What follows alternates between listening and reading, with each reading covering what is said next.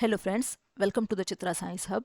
आज हम कार्बोहाइड्रेट्स के ऊपर कुछ और एमसीक्यूज डिस्कस करेंगे। हमारी प्रीवियस वीडियो में भी हमने कार्बोहाइड्रेट्स के ऊपर कुछ एमसीक्यूज डिस्कस किए थे।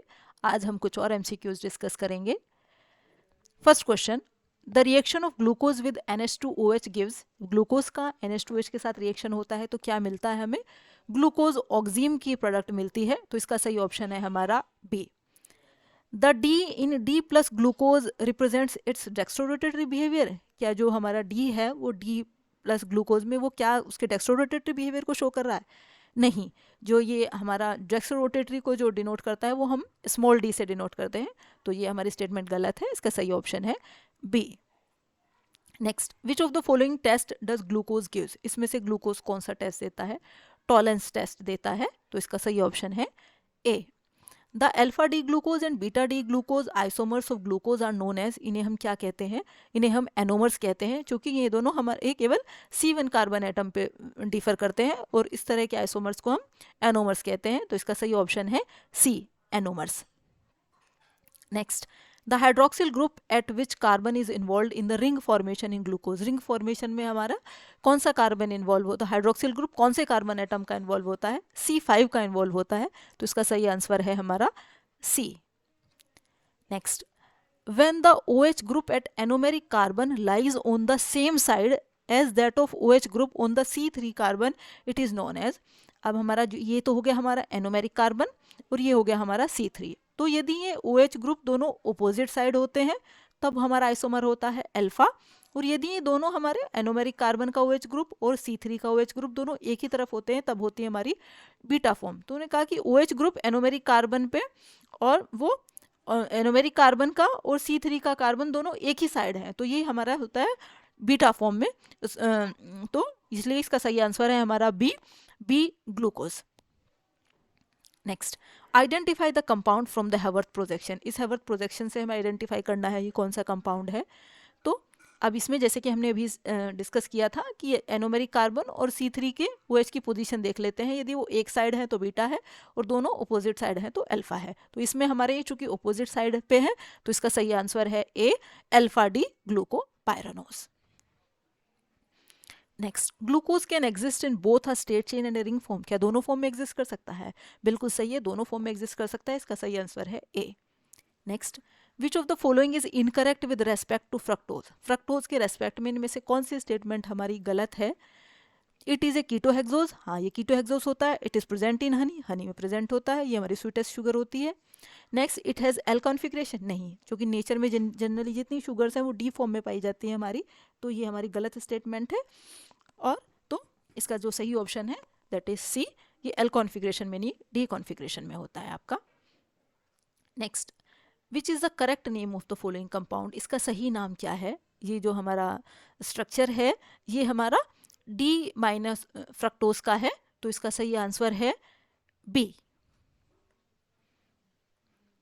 Next, the furanose structure of fructose is obtained by the interaction of groups at which carbon atoms. जो फ्यूरेनोज का स्ट्रक्चर मिलता है हमें फ्रक्टोज में वो किस किस कार्बन एटम के इंटरेक्शन से मिलता है?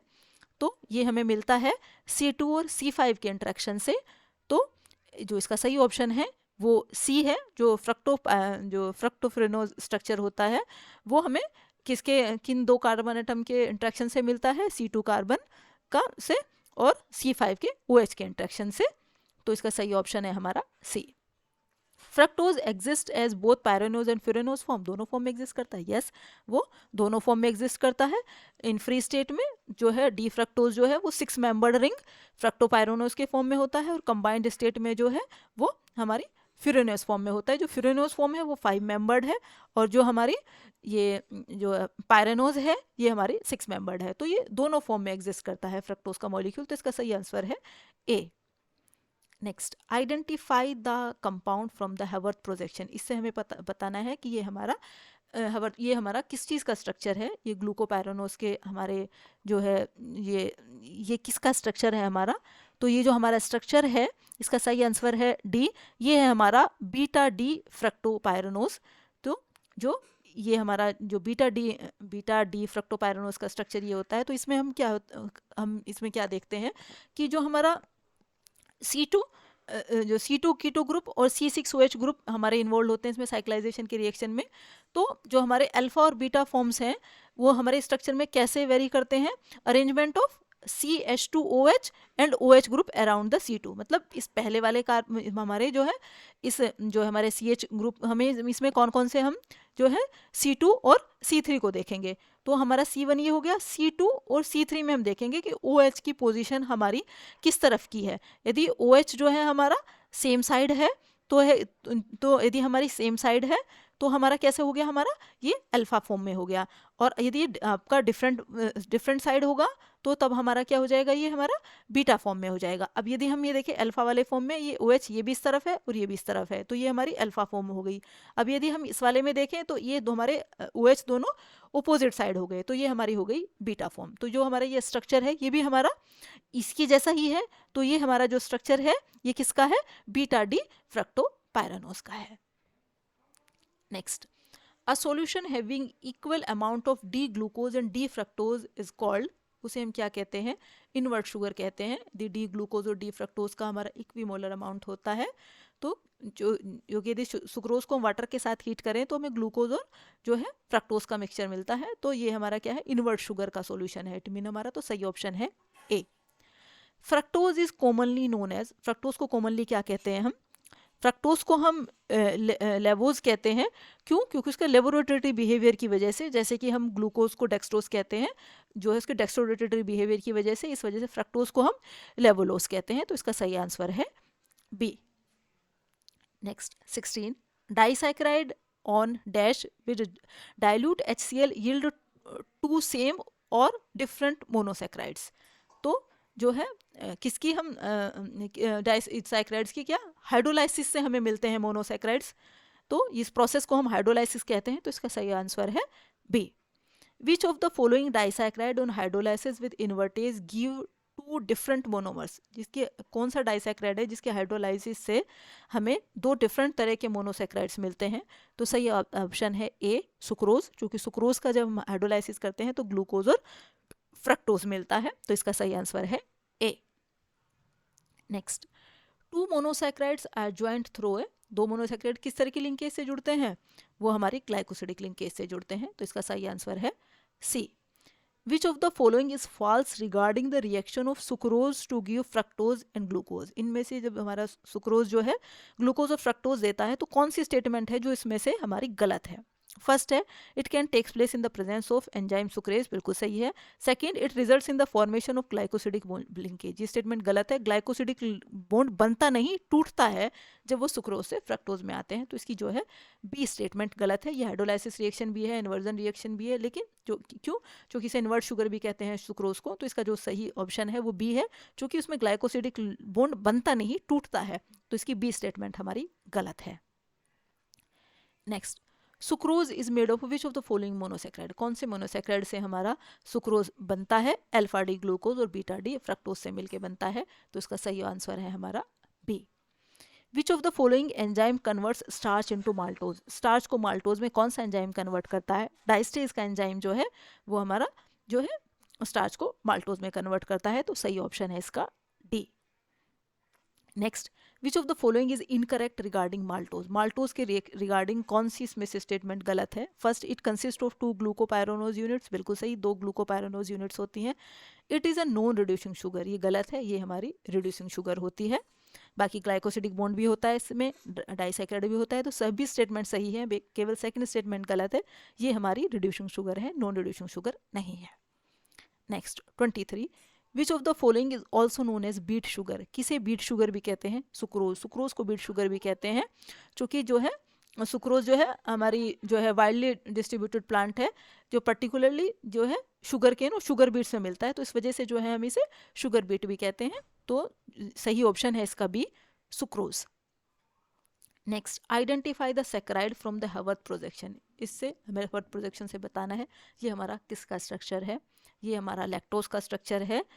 तो जो हमारा किससे मिलके बना है, बीटा डी गैलेक्टोज से और बीटा डी ग्लूकोज से मिलके बनता है। तो ये हमारा लैक्टोज का स्ट्रक्चर है। तो इसका सही आंसर है A. Next, which of the following is the sweetest sugar, हमारी फ्रक्टोज सबसे मीठी शुगर होती है, इसका सही आंसर है A. Which of the following statement is incorrect with respect to starch, starch के रेस्पेक्ट इनमें से कौन सी स्टेटमेंट सही नहीं है। First, it is a reducing carbohydrate, ये हमारा जो है नॉन रिड्यूसिंग कार्बोहाइड्रेट होता है। Starch, it is a polymer of alpha D glucose, बिल्कुल अल्फा डी ग्लूकोज का पॉलीमर होता है, ये ब्लू कलर देता है आयोडीन सॉल्यूशन के साथ। और ब्रांच्ड चेन होती है इसके अंदर, हमारा एमाइलोज एंड एमाइलोपेक्टिन का स्ट्रक्चर होता है। तो एमाइलोपेक्टिन जो हमारा ब्रांच्ड स्ट्रक्चर है, तो सब स्टेटमेंट सही है, केवल बी जो है हमारी ए स्टेटमेंट गलत है, ये हमारा रिड्यूसिंग कार्बोहाइड्रेट नहीं है, ये नॉन रिड्यूसिंग सेक्राइड है हमारा। Next 27, amylopectin is one of the component of starch, बिल्कुल सही है, ये एमाइलोपेक्टिन जो है स्टार्च का ये कंपोनेंट होता है, क्योंकि स्टार्च हमारा एमाइलोज और एमाइलोपेक्टिन से मिलके बनता है। तो सही ऑप्शन है A, true. Next, cellulose is a dash saccharide, हमारा सेलुलोज किस तरह का सेक्राइड है, ये beta D glucose straight chain saccharide है हमारा जो सेलुलोज होता है। तो इसका सही ऑप्शन है हमारा सी, बीटा ग्लूकोज से मिलके हमारा जो है सेलुलोज बनता है हमारा, जो है स्ट्रेट चेन में हमारे वो जो है ग्लाइकोसिडिक लिंक बनता रहता है, किसमें, पहले ग्लूकोज के C1 में और अगले ग्लूकोज के C4 के बीच में।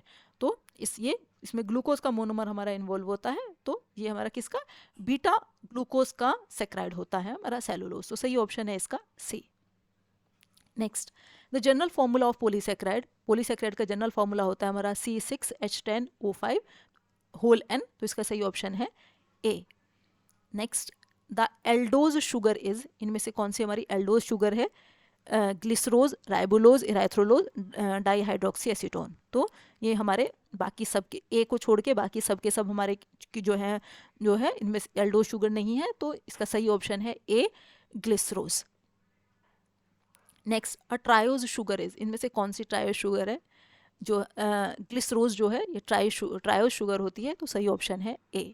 Next, a pentose sugar is, इनमें से कौन सी पेंटोज शुगर है, राइबोलोज हमारी पेंटोज शुगर होती है, तो इसका सही ऑप्शन है हमारा B. Next, polysaccharides are, polysaccharide क्या होते हैं, पॉलीमर्स होते हैं, मोनोमर्स जुड़ के हमारे मोनोसेक्राइड मिल के जुड़ के पॉलीसेक्राइड बनाते हैं। तो जो मोनोसेक्राइड है वो तो मोनोमर हो गया, पॉलीसेक्राइड जो है हमारा पॉलीमर हो गया, तो ये हमारे पॉलीमर होते हैं, इसका सही ऑप्शन है A. Next, two sugar which differ from one other only in configuration around a single carbon atom are termed, वो शुगर जो केवल एक ही कार्बन एटम पे जिनका कॉन्फिगरेशन में चेंज होता है उन्हें हम क्या कहते हैं, उन्हें ईपीमर्स कहते हैं। तो इसका सही ऑप्शन है A, epimers. Next, carbohydrates can be classified into, carbohydrates को कितनी क्लास में डिवाइड कर सकते हैं, 3 क्लास में डिवाइड कर सकते हैं, आपके मोनोसेक्राइड, डाइसेक्राइड और पॉलीसेक्राइड्स। तो इसका सही ऑप्शन है हमारा C, 3। The alpha and D form of D glucose are known as, इन्हें हम क्या कहते हैं, एनोमर्स कहते हैं, क्योंकि केवल C1 कार्बन पे वेरी करते हैं ये हमारे, तो ये दोनों हमारे एनोमर्स हैं, तो सही ऑप्शन है A. Next, disaccharide consist of 2 monosaccharides unit held together by a, किस तरह के बॉन्ड से जुड़ते हैं वो 2 मोनोसेक्राइड जब डाइसैक्राइड बनता है, ग्लाइकोसिडिक लिंकेज होती है, तो इसका सही ऑप्शन है B. Next 38, which of the following statement is not true about glucose, glucose के बारे में से कौन सी स्टेटमेंट सही नहीं है। ए, इट इज़ ए हेल्डोहेक्सोज, बिल्कुल एल्डिहाइडिक ग्रुप होता है और 6 कार्बन होते हैं, तो ये हमारा एल्डोहेक्सोज है। On heating with HI it form n hexane, बिल्कुल एनहेक्सेन बनाता है। Third, it present in furanose form, नहीं ये फ्यूरेनोज में नहीं है, ये पायरेनोज फॉर्म में होता है, तो इसका जो सी स्टेटमेंट है ये गलत है। It does not give 2,4 DNP test, नहीं देता है DNP टेस्ट, तो इसकी जो गलत स्टेटमेंट है, ये सी वाली स्टेटमेंट है, ये फ्यूरेनोज फॉर्म में नहीं होता, हमारा पायरेनोज फॉर्म में होता है, तो इसका सही ऑप्शन है C. Next 39, 3 cyclic structure of monosaccharide are given below, which of these are anomers, इनमें से कौन से हमारे एनोमर्स हैं। तो इसका सही ऑप्शन है हमारा ए, फर्स्ट और सेकंड जो है ये हमारे एनोमेरिक पेयर हैं हमारे, तो इसका जो सही ऑप्शन है ये है ए, फर्स्ट एंड सेकंड, ये दोनों हमारे जो हैं एनोमेरिक पेयर हैं। ये थे हमारे कार्बोहाइड्रेट्स के बारे में कुछ MCQs। Thank you.